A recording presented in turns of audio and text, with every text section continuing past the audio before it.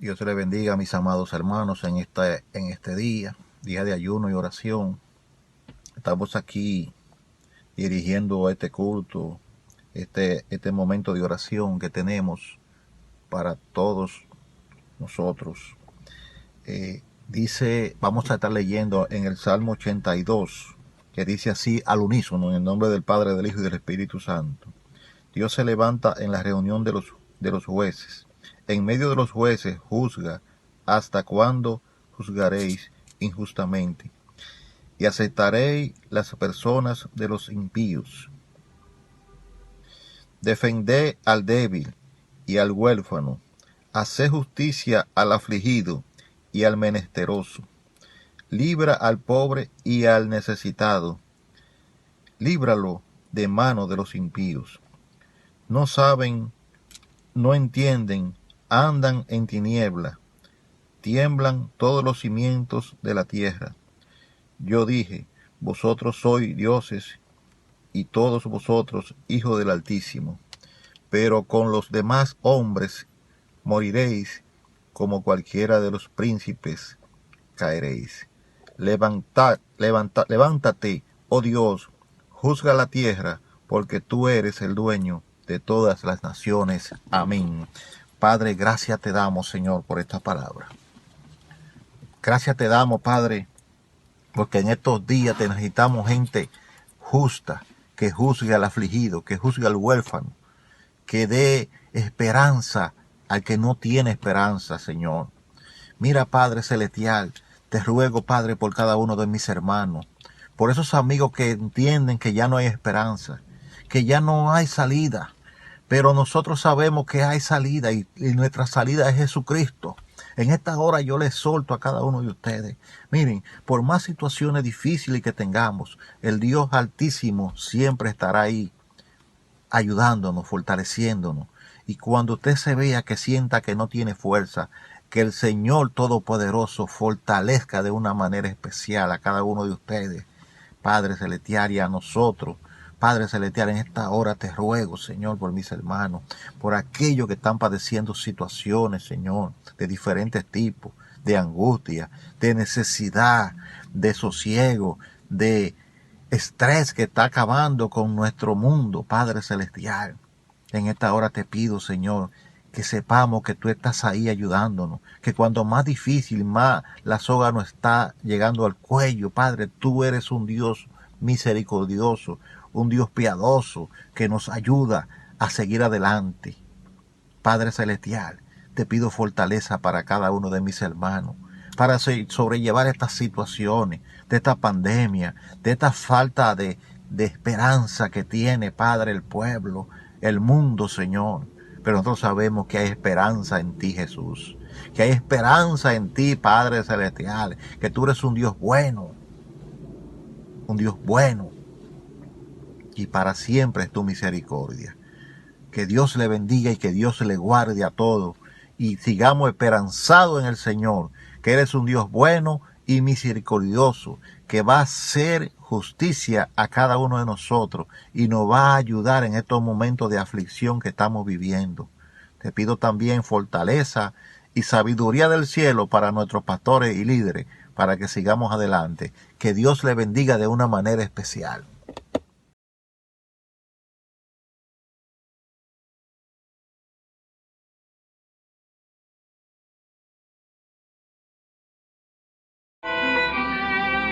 Aleluya. Glorificamos el nombre de Dios. Aleluya. Porque eres digno, digno y merecedor de toda alabanza.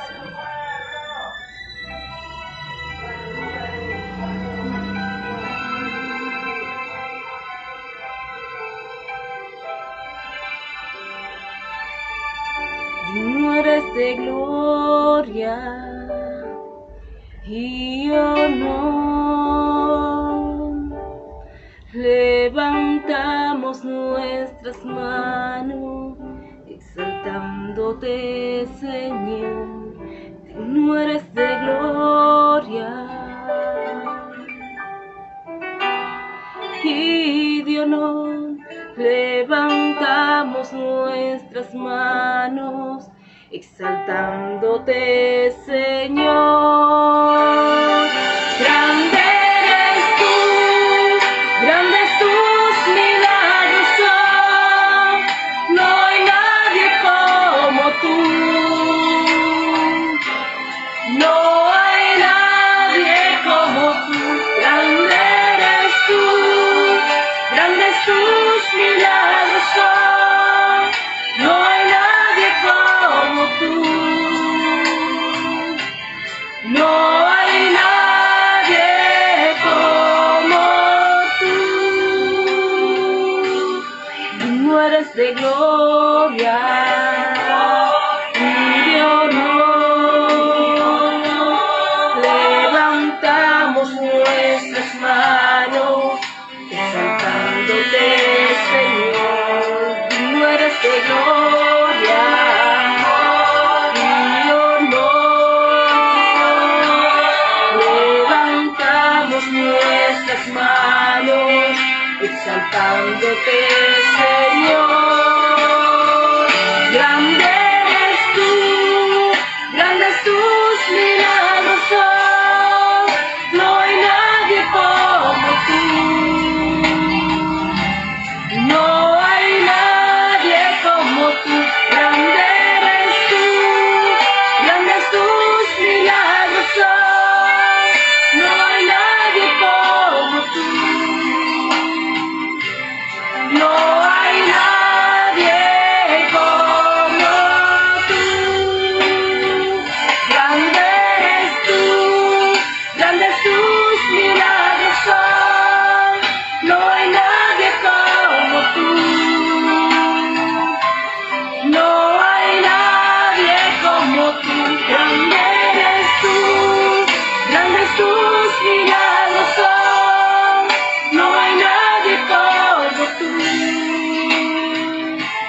No hay nadie como tú. Grande eres tú, grandes tus milagros son, no hay nadie como tú. No hay nadie como tú. Grande eres tú, grandes tus milagros son, no hay nadie como tú. No hay nadie como tú. Grande eres tú, grandes tus milagros son, no hay nadie como tú. No hay nadie como tú. Grande eres tú, grandes tus milagros son, no hay nadie como tú. No hay nadie como tú. Aleluya. Mira al Señor que Él es grande, aleluya. No hay nadie como Él, aleluya. Nadie es como Él, aleluya. Grande eres tú, grandes tus milagros son, no hay nadie como tú. No hay nadie como tú. Aleluya. Adoramos y bendecimos el nombre de Dios, porque no hay nada como Él en el mundo. Aleluya.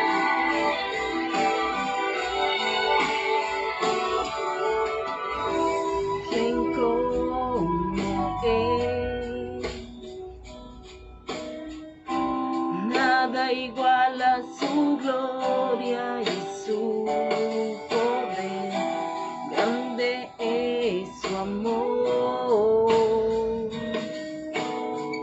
Su majestad me consume y me cautiva su voz. Cielo y tierra cantan, santo es el Señor.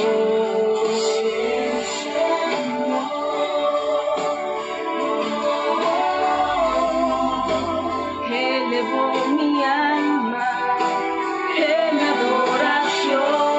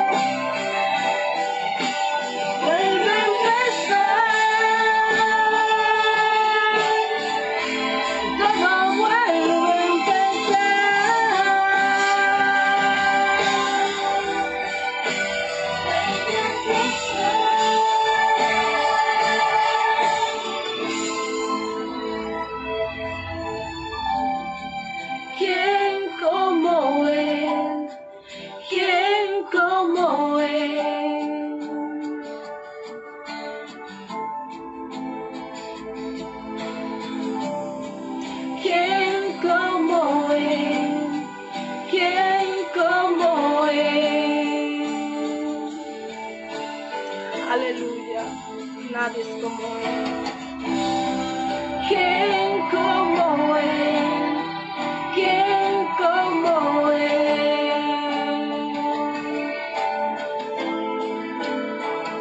Vamos, dile. ¿Quién como Él? ¿Quién como Él?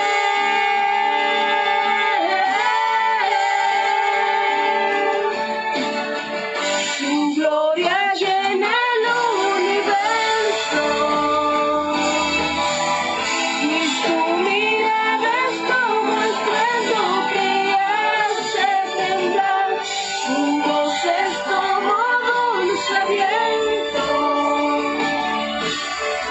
Por su palabra todo acaba y vuelve a empezar.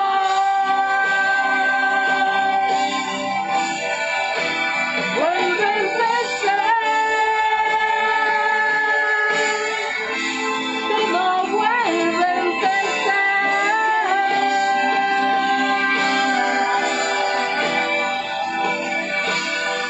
Aleluya. Te adoramos, Señor.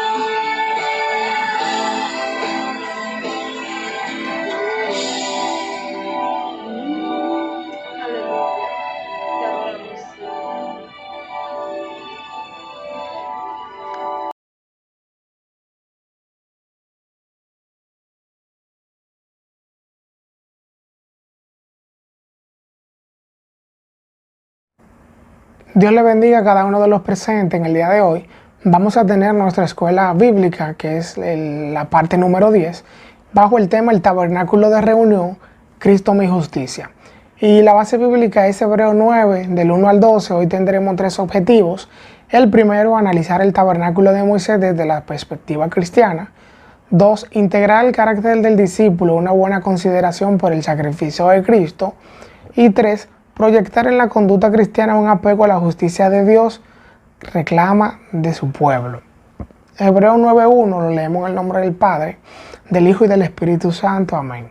Ahora bien, aún el primer pacto tenía ordenanza de culto y un santuario terrenal, porque el tabernáculo estaba dispuesto así. En la primera parte, llamada el lugar santo, estaba el candelabro, la mesa y los partes de la proposición. Tras el segundo velo estaba la parte del tabernáculo, llamada el lugar santísimo, el cual tenía un incensario de oro y el arca del pacto cubierta de oro por todas partes, en la que estaba una urna de oro que contenía el maná, la vara de Aarón que reverdeció y la tabla del pacto, y sobre ella los querubines de gloria que cubrían el propiciatorio, de las cuales las cosas no se pueden ahora hablar en detalles. Y así dispuestas estas cosas en la primera parte del tabernáculo, entran los sacerdotes continuamente para cumplir los oficios del culto. Pero en la segunda parte, solo el sumo sacerdote una vez al año, no sin sangre, la cual ofrece por sí mismo y por los pecados de ignorancia del pueblo. Dando al Espíritu Santo a entender con esto que aún no se había manifestado el camino al lugar santísimo, entre tanto que la primera parte del tabernáculo estuviese en pie, lo cual es símbolo para el tiempo presente, según el cual se presentan ofrendas y sacrificios que no pueden hacer perfecto en cuanto a la conciencia al que practica este culto, ya que consiste solo de comida y bebida, de diversas abluciones y ordenanzas acerca de la carne, impuestas hasta el tiempo de reformar las cosas. Pero, estando ya presente Cristo, sumo sacerdote de los bienes venideros, por el más amplio y más perfecto tabernáculo, nos echó de manos, es decir, no de esta creación, y por sangre de machos cabríos ni de becerros, sino por su propia sangre, entró una vez para siempre en el lugar santísimo, habiendo obtenido eterna redención. Los creyentes de todas las generaciones han sabido que Dios es justo. La Biblia dice que justo y verdadero son sus caminos y que Él es Rey de los santos. Sin embargo, la criatura más importante de la creación divina, el hombre, erró al blanco respectivo a dicha justicia e hizo transgresión. Ahora todos nacemos destituidos de la gloria de Dios a causa del pecado heredado. Esa triste realidad humana hace que nuestra relación con el Creador fuera estropeada, porque la santidad de Dios no tiene comunión con el pecado del hombre. Por tanto, hizo falta expiación por el pecado, a fin de restaurar dicha comunión rota originalmente. El tabernáculo, como edificio, estaba erigido con toda la indumentaria necesaria para el oficio sacerdotal, de modo que se pudiera ofrecer ofrendas y sacrificios por los pecados, realmente desde el atrio y el lugar santo, y finalmente en el lugar santísimo. Todo revela la intención de Dios de reunirse con su pueblo en reconciliación. La maravilla es que todo esto proviene de Dios. La muerte de los corderos por el pecado revela que el hombre no se puede justificar a sí mismo para Dios. Hizo falta durante muchos siglos el derramamiento de la sangre inocente de los corderos para expiar al pecador. Cuando el judío que había fallado ponía sus manos sobre la cabeza del cordero, ese acto era visto como transferir su culpa a aquel animal que se volvía la víctima. Ahora, los creyentes debemos dar gracias a Dios por haber revelado a su Hijo, quien vino a cargar sobre sí la culpa de nuestros pecados y a morir en nuestro lugar. Toda la justicia de Dios tipificada en el ministerio del tabernáculo de reunión halla en Cristo su representación absoluta. Cristo es el antiguo o cumplimiento de aquellos tipos o figuras del Antiguo Testamento. Él es nuestra justicia y nosotros somos justicia de Dios en Él. De esa verdad cristocéntrica tratará el estudio de nuestro día, así que bienvenidos. Y la primera parte nos dice que la distribución que Dios mandó hacer del tabernáculo y la indumentaria que debía colocarse en el lugar santo habla de Cristo de forma clara. El verso 1 revela el orden establecido en el servicio ministerial. El primer pacto tenía ordenanza de culto para la expiación del pecado. Ello contemplaba el principio de reverencia ante la santidad divina y el deber de honrar al Señor sobre todo. Pero no olvidemos que aquel culto era ceremonial, pues todo sacrificio era sombra de lo que había de venir. Ahora, cuando Cristo ha sido revelado, Él nos enseña a adorar al Padre en espíritu y en verdad. En aquel sistema religioso había un santuario. La palabra santuario, es bueno recordar, revela el aspecto santo del edificio. Aunque había un lugar santo, todo el tabernáculo recibe el nombre del santuario. Allí era revelado el carácter santo de Dios. Por tanto, cuando el pecador se acercaba, ofrecía una víctima por su pecado a fin de ser reconciliado. Ahora el calificativo de terrenal da la idea de que todo este tipo de estas cosas eran celestiales. Debemos agradecer a Dios por hacernos partícipes en Cristo de cosas mejores y que pertenecen a la salvación. En hebreo, por ejemplo, se usan 7 veces diferentes términos para referirse a la superioridad del nuevo pacto. El primero, mejor esperanza, mejor pacto, mejor ministerio, mejores promesas, mejores sacrificios, mejor herencia y una mejor patria. ¿Qué nos dice el verso 2? Nos lleva dentro del lugar santo y nos muestra el candelabro. Era una lámpara de 7 brazos alimentada con aceite, hecha para alumbrar el santuario. Estaba ubicada en el lado sur del lugar santo. El candelabro de oro era tipo de Cristo, la luz verdadera que alumbra a todo hombre. Debemos ser agradecidos con Dios, pues Él resplandeció en nuestros corazones para la iluminación del conocimiento de su gloria en la faz de Cristo. La manera de conducirnos debe estar de acuerdo con nuestra identidad. En Cristo nosotros somos luz y luz en el mundo. En la parte norte del tabernáculo, frente al candelabro, estaba la mesa con sus 12 panes, que eran los panes de la proposición. Esta mesa representaba la comunión de Dios con su pueblo. Por tanto, en el nuevo pacto, somos llamados a la comunión con el Hijo, nuestro Salvador. Los 12 panes de la proposición representaban las 12 tribus de Israel y solamente los sacerdotes los podían comer. Estos panes tipificaban el alimento que Cristo nos brinda de sí mismo. Recordemos que la noche de la Pascua, Él brindó a sus discípulos el pan y le dijo que comieran, y aquello representaba su cuerpo.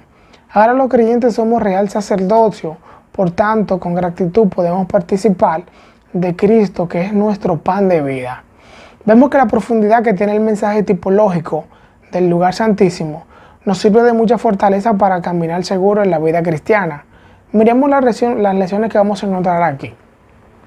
El verso 3 nos deja ver el segundo velo, que dividía el lugar santo del Santísimo. Solo el sumo sacerdote podría atravesarlo una vez al año. Sabemos que Cristo nos abrió un camino nuevo y vivo al lugar santísimo celestial a través del velo, esto es de su carne. Cuando Él expiró en la cruz, el velo del templo se rasgó en dos, de arriba abajo. Ahora podemos acercarnos confiadamente al trono de la gracia. El lugar santísimo era el más representativo de la santidad de Dios. Cristo nos ha hecho aceptos ante Él, adeptos. Así que debemos conducirnos a la altura de esta bendición. Y el verso 4 revela que el lugar santísimo tenía un incensario de oro. Así como el ministro entraba al santuario a ofrecer el incienso aromático, el ofrecimiento de Cristo en la cruz es ofrenda y sacrificio a Dios en olor fragante. Por tanto, los fragantes y por tanto los creyentes somos grato olor a Cristo. El oro del incensario representaba la pureza de Cristo. Además, en el lugar santísimo estaba el arca del pacto, que era cubierta de oro por todas partes, por todos los lugares. No olvidemos que los pactos de la Biblia fueron iniciativas divinas. Por tanto, el nuevo pacto de Cristo es también iniciativa de Dios. Ahora Dios escribe sus leyes en nuestra mente y nuestro corazón y promete no acordarse más de nuestro pecado. Dentro del arca habían tres objetivos, o tres objetos, podríamos decir. El primero era una de oro que contenía un gomer del maná. Cristo es el pan de vida. Lo segundo dentro del arca, la vara de Aarón que reverdeció, era una vindicación, una evidencia. El de Aarón, que era el sumo sacerdote que fue elegido para oficiar frente al arca. Ello apunta a Cristo. Todo esto apunta a Cristo, el apóstol y sumo sacerdote de nuestra profesión. Por último, en el arca estaban las tablas del pacto. Hoy, frente a tanta herejía, tantos casos que se dan, debemos recordar que la Escritura es nuestra regla infalible de fe y conducta. La palabra de Cristo debe abundar en nosotros a tal manera que seamos enseñados y exhortados unos a otros. Y el verso 5 muestra que sobre el arca estaban los querubines de gloria que cubrían el propiciatorio. El escritor advierte que aquellas cosas él no podía hablar así, automática o de manera repentina, con mucho detalle, pero debemos recordar que aquellos querubines eran llamados de gloria porque Dios hablaba a Moisés desde el propiciatorio, desde entre los dos querubines. Allí se manifestaba la gloria de Dios. La palabra enseña que si aquello que perece tuvo gloria, mucho más glorioso será lo que permanece. Esto nos sirve de advertencia para ocuparnos de nuestra salvación con temor y temblor. Esta porción constituye un resumen del oficio sacerdotal en el santuario terrenal. Leamos. El verso 6 nos ayuda a comprender la manera como Dios dispuso el tabernáculo, de tal manera que fuera de acuerdo a la administración que allí se habría de realizar. Primero se nos muestra el oficio de los ministros en el lugar santo. La entrada a aquel lugar estaba abierta a los sacerdotes. Recordemos que había un orden para oficiar el sacrificio diario y la ofrenda a Dios. Así los sacerdotes entraban continuamente. La palabra griega que se usa aquí para continuamente es pantos, que significa sin restricción alguna. Los creyentes podemos sentirnos privilegiados en Cristo, porque también sin restricciones podemos entrar, ya no al lugar santo, sino al lugar santísimo celestial, por la sangre de Jesucristo. Un privilegio así merece una conducta santa por parte de los hijos de Dios. Dentro del cumplimiento de los oficios del culto que los sacerdotes debían hacer, estaba ofrecer mañana y tarde el incienso sobre el altar de oro. Igualmente, era su función velar para que las lámparas del candelero estuviesen permanentemente encendidas. Así también debían cambiar semanalmente los panes de la proposición que estaban en la mesa. Los creyentes, como sacerdocio santo, debemos ser diligentes en cumplir el ministerio que a cada uno nos ha dado el Señor. Moisés fue fiel en toda la casa de Dios como siervo, para testimonio de lo que habría de venir. Y Cristo nos dijo el mejor ejemplo de fidelidad, pues vino como hijo sobre su casa, la cual somos nosotros. Si nuestra conducta ministerial refleja fidelidad, un día podremos escuchar la voz del Señor llamándonos como siervos fieles e invitándonos a entrar a su gozo. Esta sección de nuestros estudios revela el ministerio del sumo sacerdote, el privilegio que se le concedió. Aquí aprenderemos a usar los privilegios con la reverencia que ello amerita. El verso 7 habla de la segunda parte del tabernáculo, el lugar santísimo. Allí solo podría entrar el sumo sacerdote. Éxodo 30, 10 establece que Aarón habría expiación una vez al año con la sangre del sacrificio por el pecado. El día de la expiación, todos los pecados de Israel quedarían cubiertos. Ello revela la limitante de aquel sistema, pues cada año se hacía memoria de los pecados, pero Cristo ofreció una vez para siempre un solo sacrificio por los pecados y se sentó a la diestra de Dios como sumo sacerdote celestial, con una sola ofrenda, hizo perfectos a los santificados. Vemos también que el ministerio araónico revela también su imperfección, porque el sumo sacerdote tenía que ofrecer primero por sus pecados. Sin derramamiento de sangre no hay remisión de dicho pecado, como dice en Hebreo. El Nuevo Testamento contrasta la sangre de Cristo con la de los animales en el tabernáculo, al decir cuánto más. En Hebreo 9, 13, 14. Por tanto se nos advierte a no tener por inmunda la sangre del pacto en la cual fuimos santificados, sino conducirnos con temor y reverencia. Los ministros de Dios debemos acudir a la sangre de Cristo y santificarnos a fin de que nuestro ministerio sea efectivo al pueblo. También el sumo sacerdote ofrecía la sangre por los pecados de ignorancia del pueblo. La Biblia de Estudio, Senda de Vida, pero la versión ampliada, al comentar sobre este asunto dice que los pecados cometidos por ignorancia apuntan a la verdad de que hay cierta ignorancia por la cual se es culpable. Los pecados de esta naturaleza no se deben minimizar. Realmente, aunque eran cometidos por yerro, necesitaban ser expiados ante Dios. Siempre nos consolará recordar que la sangre de Cristo nos limpia de todo pecado. El verso 8 nos dice que el Espíritu Santo quería dar a entender que mientras el lugar santo existiera, no se había manifestado el camino al lugar santísimo.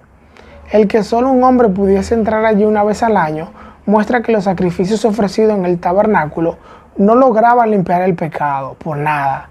Lo que hemos aceptado a Cristo, estamos en el camino. Por tanto, podemos ir día y noche y hacer nuestras peticiones directamente a Dios, sabiendo que en Él recibiremos contestaciones oportunas. Mas no solo debemos entrar para suplicar su bendición, sino para ofrecer sacrificio. Ya en esta última parte, que es la tercera parte, nos habla del carácter tipológico del culto en el tabernáculo. Y vamos a ver los versos 9. Y el verso 9 expresa que todo aquel ritual era un símbolo que alumbraba al tiempo presente. Así como Abraham, en sentido figurado, volvió a recibir a Isaac de la muerte, el culto levítico era una figura para enseñarnos una verdad respecto a esta era de gracia.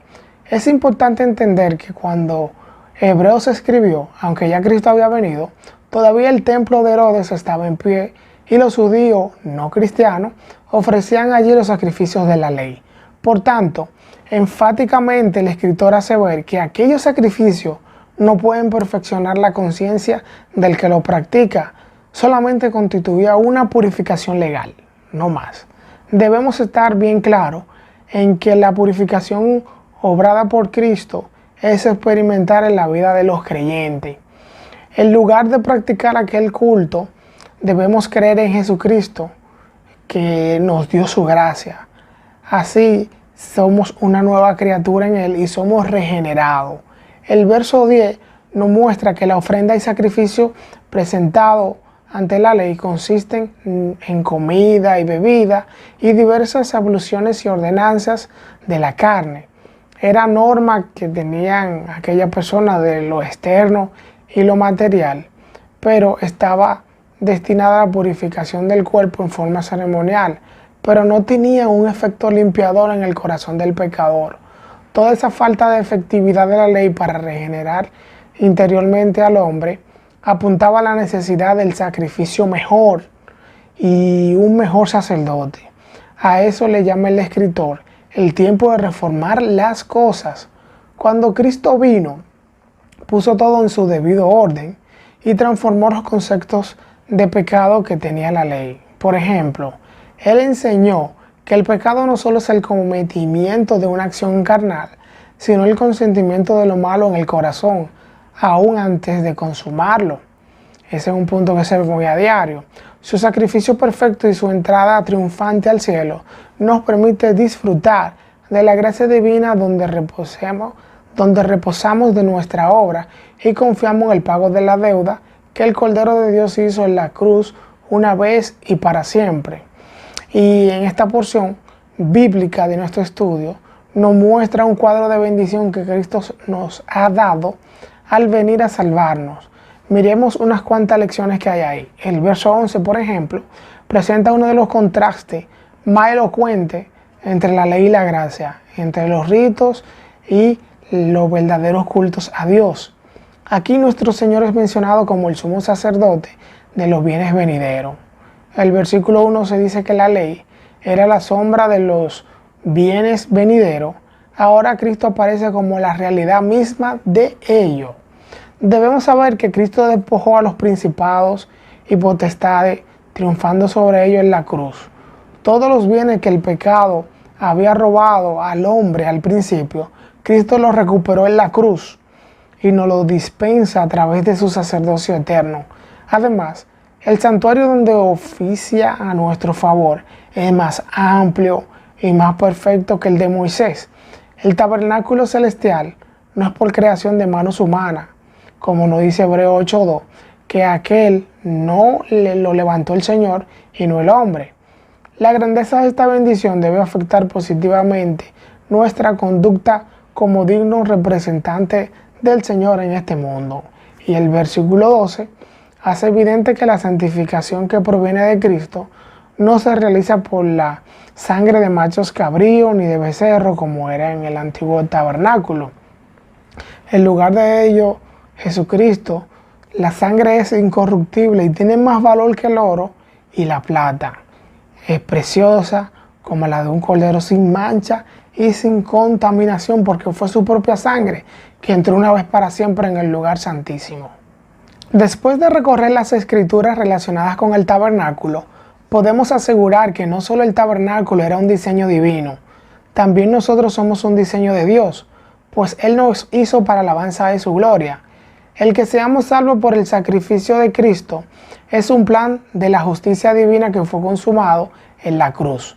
Debemos desarrollar una actitud acorde al privilegio que Cristo nos ha concedido.